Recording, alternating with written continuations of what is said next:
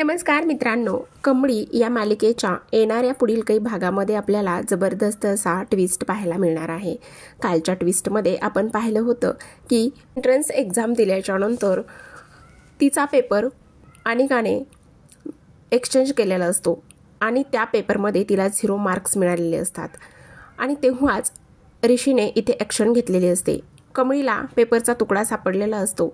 हा फाडलेला पेपर माझा आहे, यामध्ये मला चांगले मार्क्स मिळालेले आहेत असं प्रिन्सिपलला ऋषी आणि तिने पटवून दिल्यानंतर प्रिन्सिपलने आता तिची उद्या 100 मार्काची एक्झाम त्यांच्या केबिनमध्येच घेण्याचं ठरवलेलं असतं आणि तिच्याकडे जास्त वेळ नाही आहे, आजचा एक दिवसच आहे, उद्या तिची एक्झाम होईल असं तिला सांगण्यात आलेलं असतं।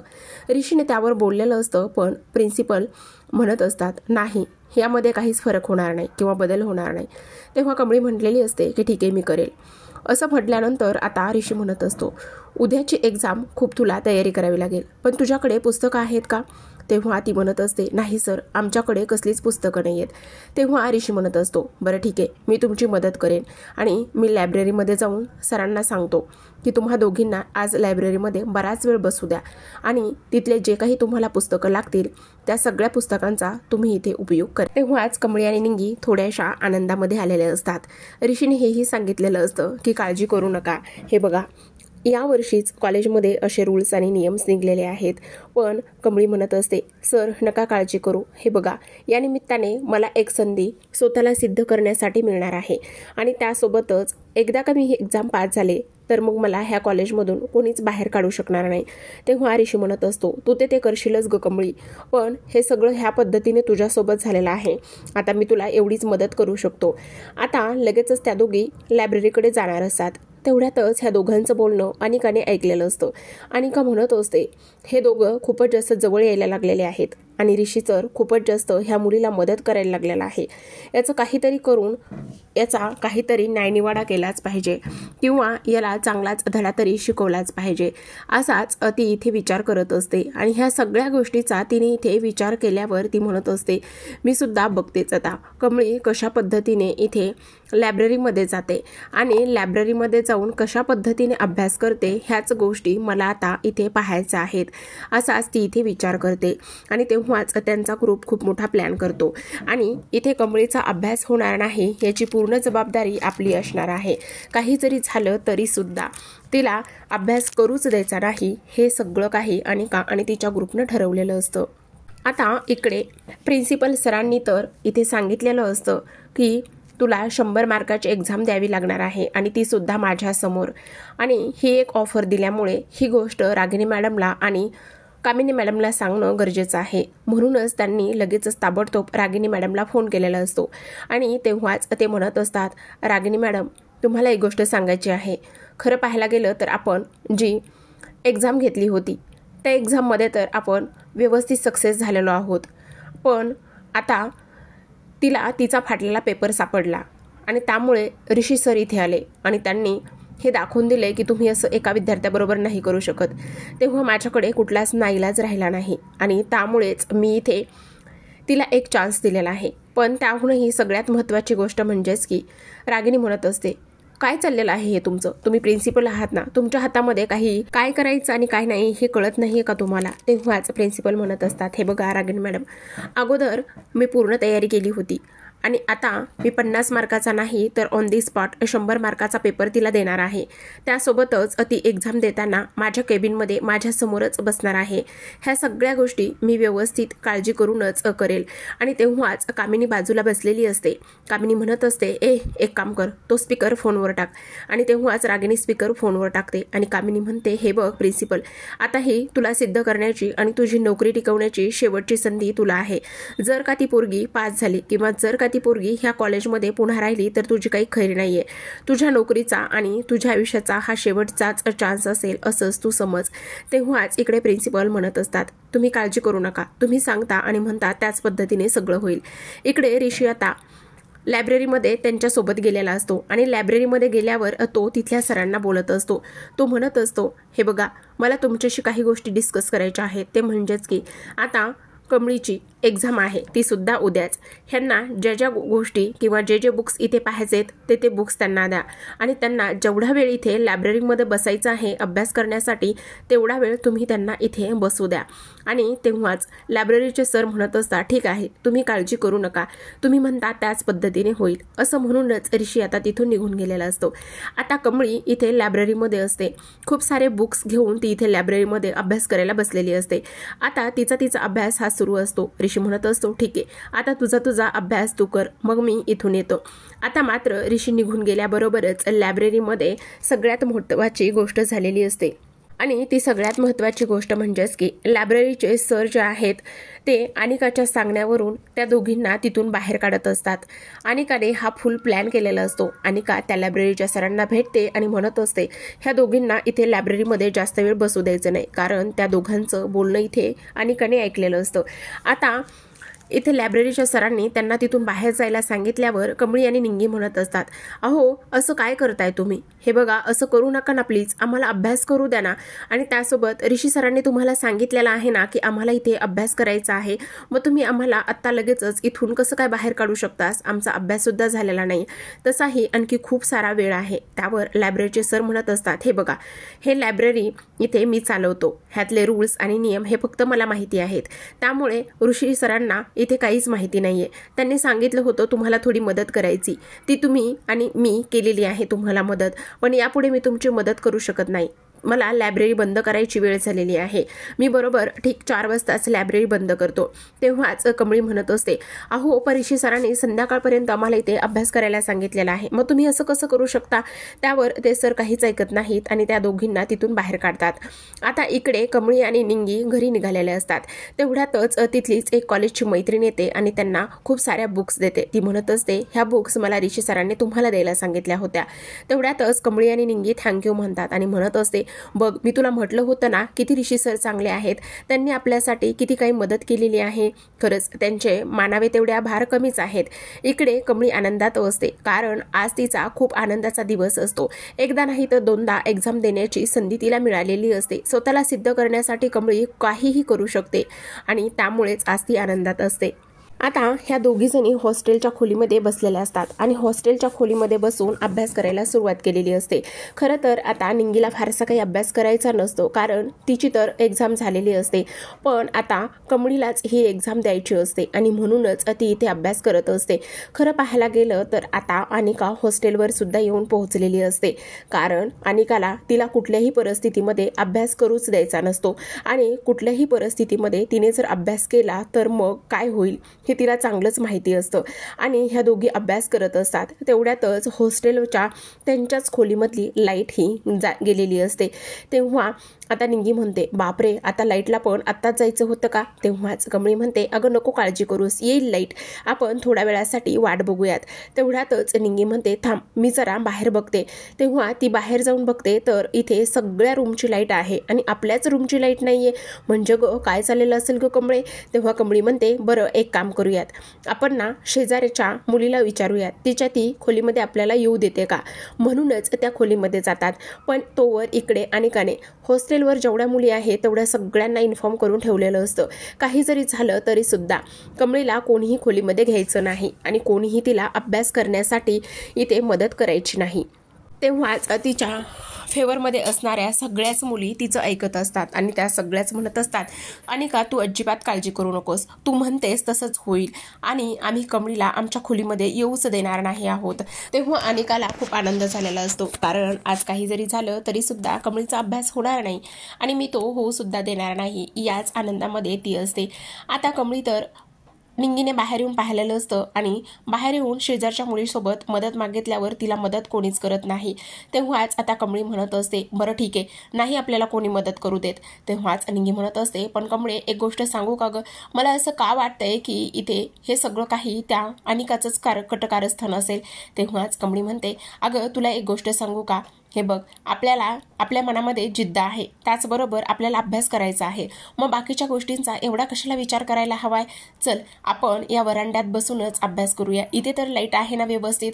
आणि तेव्हाच ती म्हणत असते, अगो पण आपण जर इथे बसलो तर किती मच्छर खातील आपल्याला.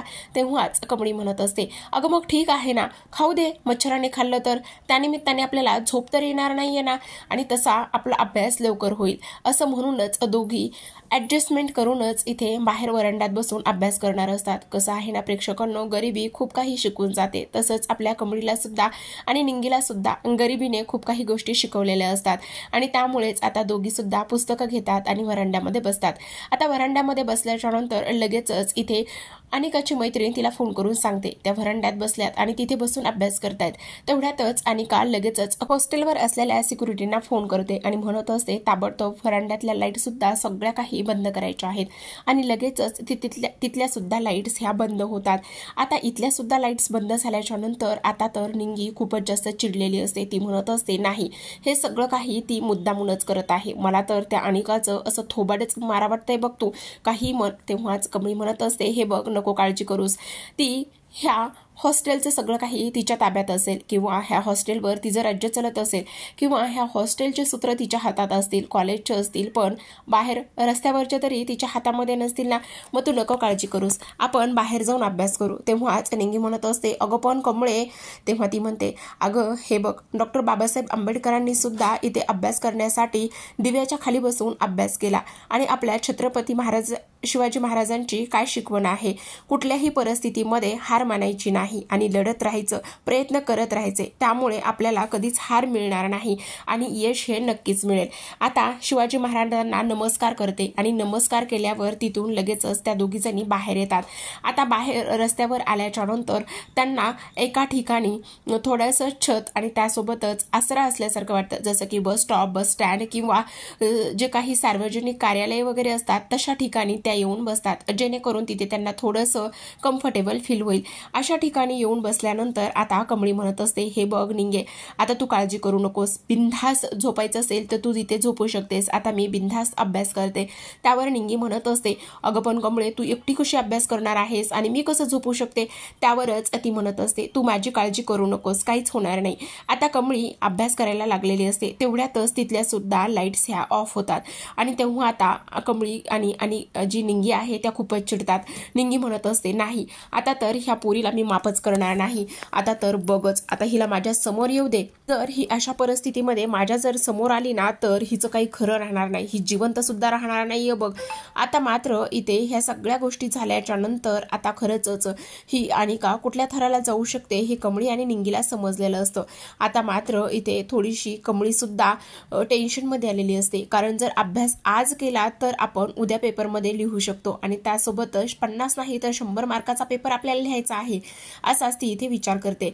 इकडे मात्र अनिका आणि तिच्या मैत्रिणी हे दुरून सगळं चित्र पाहत असतात. आता इथे अनिका विचार करत असते, आता मला सुद्धा पाहायचे ही कशा पद्धतीने अभ्यास करते आणि काय करते. तर तेव्हाच तिच्या मैत्रिणी म्हणत असतात, हे बघ, आता हॉस्टेल संपलं, त्याचबरोबर आजूबाजूच्या रूम संपल्या, वरांड्यातली लाईट सुद्धा संपली, आता ह्या इथे रस्त्यावर जाऊन तिथे अभ्यास करायला बसल्या, ते सुद्धा संपलं, आता ह्यांना कुठे जाणार आहेत.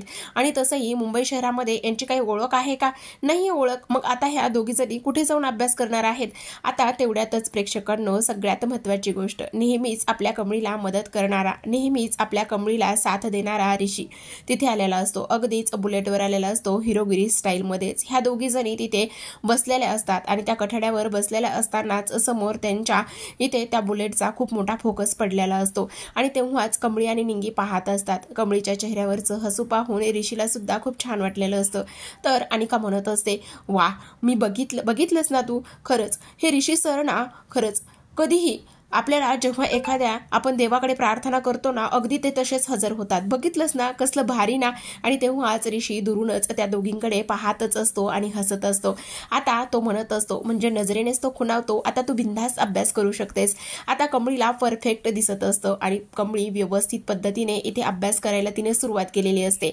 तर आता इथे निंगीला झोप आलेली असते. ती म्हणत असते, मी आता झोपतो बाबा, तुमचं चालू द्यात. आता निंगीनं तर मस्त ताणून दिलेलं असतं. तेव्हा ऋषी आता तिच्या जवळ जाऊन बसतो आणि तिच्या जवळ गेल्याच्या नंतर जे काही तिला अभ्यासामध्ये प्रॉब्लेम्स येतात, त्याचबरोबर काही इंग्लिशचे जे वर्ड्स आहेत ते हार्ड जातात, काही सेंटेन्सेस असतात ते हार्ड जातात, ते सगळं काही तिला एक्सप्लेन करूनच तो शिकवण्याचं काम करत असतो.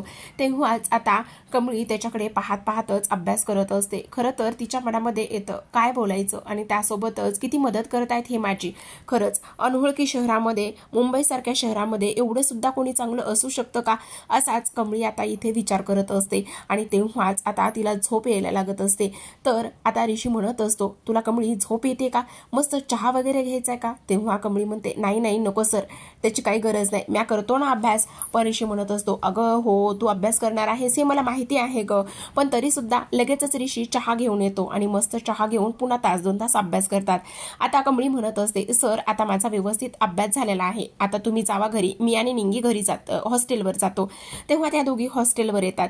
तर आता प्रेक्षकांनो, दुसऱ्या दिवशी सकाळची वेळ असते आणि नेहमीप्रमाणे ठरल्याप्रमाणेच आता कमळीला हा प्रिन्सिपलांच्या केबिनमध्येच तो पेपर लिहायचा असतो. आणि तेव्हा इथे ऋषी आणि त्याचबरोबर निंगी हे केबिनच्या बाहेर दरवाजापाशी उभे असतात. तर निंगी सरांच्या समोर ही बसलेली असते आणि ती पेपर लिहित असते. सरांचं पूर्णतः लक्ष हे कमळीवर असतं आणि कमळी कसलंच आजूबाजूला कसलाच विचार, त्याचबरोबर काहीच विचार न करता अगदीच परफेक्ट पद्धतीने ही पेपर सॉल्व्ह करत असते. खरं पाहायला गेलं तर आता प्रिन्सिपलच्या चेहऱ्यावर घाम फुटलेला असतो. त्यांनाच मुळात टेन्शन आलेलं असतं, ही पोरगी गावाकडची आहे, आपण हिला ऑन दी स्पॉट 100 मार्काची एक्झाम दिलेली आहे, पेपर दिलेला आहे, हे चॅलेंज सुद्धा तिने स्वीकारलेलं आहे आणि काय हँडरायटिंग आहे, त्याचबरोबर सगळ्यात महत्त्वाचं म्हणजेच की हिची लिहिण्याची पद्धत खरंच किती व्यवस्थित आहे.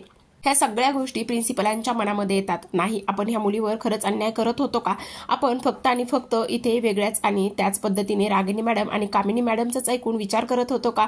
आता इकडे निंगी आणि ऋषी बोलत असतात. निंगी म्हणत असते, अहो सर काय होतं असेल वो आतमध्ये, खरंच आता तुम्हाला एक गोष्ट सांगू का, त्या अनिकाने हे सगळं केल्यामुळे आज कमळीला एवढं सगळं काही करावं लागत आहे. तेव्हाच आता ऋषी म्हणत असतो, हे बघ शांत बस जरा, सगळं व्यवस्थित होणार आहे, काही काळजी करू नकोस, तिला पेपर तर लिहू दे. तेव्हाच आता निंगी म्हणत असते, होते तर आहेच. आता चरफडतच अनिका तिथे आलेली असते. अनिका म्हणते, काय चाललेलं आहे ऋषी तुझं इथे, तू इथे काय करत आहेस, आणि त्यासोबतच तिचा एक्झाम पेपर सुरू आहे ना, मग तुझा इथे थांबण्याचा काय संबंध आहे. त्यावर ऋषी मात्र तिच्यावर ओरडतो आणि ऋषी ओरडल्यामुळे आता तिचा जो काही फ्रेंड ग्रुप आहे तो म्हणत असतो, अरे हे तर हा तर तुझ्यावर कसा काय ओरडला. आणि तेव्हाच इथे अनिका म्हणत असते, असू दे, ओरडला तर ओरडला, असं काही नाहीये, तो माझा होणारा नवरा आहे आणि तो ओरडला तरी मला जास्त काही फारसं वाटत नाही, मी त्याचं एवढं मनावर घेत नाही. तुम्हाला सगळ्यांना सुद्धा माहिती असायला हवं की तो फक्त माझ्यावरच इथे ओरडू शकतो, त्यामुळे उगाचच तुम्ही नाही त्या गोष्टी इथे बोलू नका. आता इकडे पेपर झालेला असतो आणि पेपर झाल्यानंतर आता जे काही सर आहेत ते म्हणत असतात, पेपर तर झालेला आहे. पण ऋषी म्हणत असतो, सर मला असं वाटतंय की हा पेपर झालाय, पण आपण आत्ताच्या आत्ता हा पेपर चेक केला पाहिजे. त्यावर प्रिन्सिपल म्हणत असतात, हे बघा आपण तो चेक करू, पण आता ऋषी तिथल्या जे काही इन्स्पेक्टर, त्याचबरोबर जे काही इतर लोक असतात, त्याच कॉलेजचे मॅनेजमेंटचे, हे सगळ्यांना तो घेऊन आलेला असतो आणि प्रिन्सिपलच्या केबिनमध्येच ते सगळेजण पेपर चेक करायला बसलेले असतात. आणि तेव्हाच सगळ्यांच्या म्हणजे ते तिघे आणि प्रिन्सिपल त्याचबरोबर ऋषी ह्या चौघांच्या तर 5 जणांच्या देखरेखीखाली कमळीचा 100 मार्काचा पेपर हा चेक होत असतो. आता इकडे पेपर चेक होत असतो, पण प्रिन्सिपलला मात्र दरदरून घाम फुटलेला असतो. कारण घाम फुटण्याचं कारण सुद्धा तसंच असतं. इकडे जी कामिनी आहे तिने मात्र इथे धमकीच तशी दिलेली असते, काही जरी झालं तरी सुद्धा हा तुमच्या नोकरीचा शेवटचा दिवस होणार नाही याची तुम्ही पूर्णतः काळजी घ्या. आता जेव्हाच मॅनेजमेंटने हा पेपर चेक केलेला असतो तेव्हाच आउट ऑफ मार्क्स पडलेले असतात. फर्स्ट क्लासमध्ये हा रिझल्ट लागलेला असतो. कमळीला छान मार्क्स पडलेले असतात आणि तेव्हाच ते म्हणत असतात, काय विद्यार्थी आहे, खरंच काय स्टुडंट आहे. आणि त्याचबरोबर ही गावाकडची आहे तरी सुद्धा सिटीमध्ये येऊन त्याचबरोबर इंग्लिशमध्ये हिने एवढं क्वेश्चन असून सुद्धा हिने पेपर सॉल्व्ह केलेला आहे. आता इकडे कमळी आणि निंगी थोड्याशा चिंतेत असतात. तेवढ्यातच ऋषी तो पेपर घेऊन बाहेर येतो. पेपर घेऊन बाहेर आल्याच्या नंतर दोघी सुद्धा त्याच्याकडे खूप आशेने पाहत असतात. दोघी सुद्धा त्याला विचारतात, सांगा ना सर प्लीज, काय झालेलं आहे? कमळी पास झाली ना, त्याबरोबर किती मार्क पडले सांगा ना सर. पण इथे मात्र ऋषी काहीच बोलत नसतो. तो अगदी शांतपणे उभा असतो. पण इकडे मात्र निंगी म्हणत असते, सर अहो सर सांगा ना प्लीज, असं काय बघताय तुम्ही, का सांगत नाही आहात, सांगा ना कमळीला किती मार्क्स पडलेत. आमची कमळी पास तर झाली ना, पण सगळ्यात महत्त्वाची गोष्ट म्हणजेच की आता प्रेक्षकांनो, कमळी ही व्यवस्थित मार्काने पास झालेली असते. त्याचबरोबर ती फर्स्ट क्लासमध्ये आलेली असते आणि हे कॉलेज सोडून ती कुठेही जाणार नसते. पण आता ऋषीला फक्त आणि फक्त त्यांच्या चेहऱ्यावरचे हावभाव टिपायचे असतात. म्हणूनच तो थोडासा सस्पेन्स इथे ठेवत असतो. आता जेव्हाच त्याने शेवटच्या क्षणाला सांगितलेलं असतं की कमळी फर्स्ट क्लासमध्ये पास झालेली आहे, कमळी तुझं अभिनंदन, तेव्हाच कमळी आणि त्याचबरोबर निंगीला प्रचंड आनंद होताना आपल्याला पाहायला दिसणार आहे. इथे ऋषीला सुद्धा खूपच जास्त कमळीचा अभिमान वाटत असतो. आपण ज्या मुलीवर विश्वास ठेवलेला आहे, त्याबरोबर ज्या मुलीवर विश्वास ठेवून तिला एवढी मदत करत आहोत, आज त्या मुलीने आपला विश्वास हा सारथी मार्गी लावलेला आहे, असाच इथे तो विचार करत असतो. तर प्रेक्षकांनो, आजच्या व्हिडिओमध्ये एवढंच. उद्याचा व्हिडिओ आणि उद्याचा या पुढील ट्विस्ट पाहायचा असेल तर या व्हिडिओला लाईक करा. त्याचबरोबर चॅनलवर नवीन असाल तर चॅनलला सबस्क्राईब करा आणि छान छान कमेंटद्वारे तुमचा अभिप्राय कळवायला विसरू नका. भेटूयात पुढील भागामध्ये. तोपर्यंत धन्यवाद.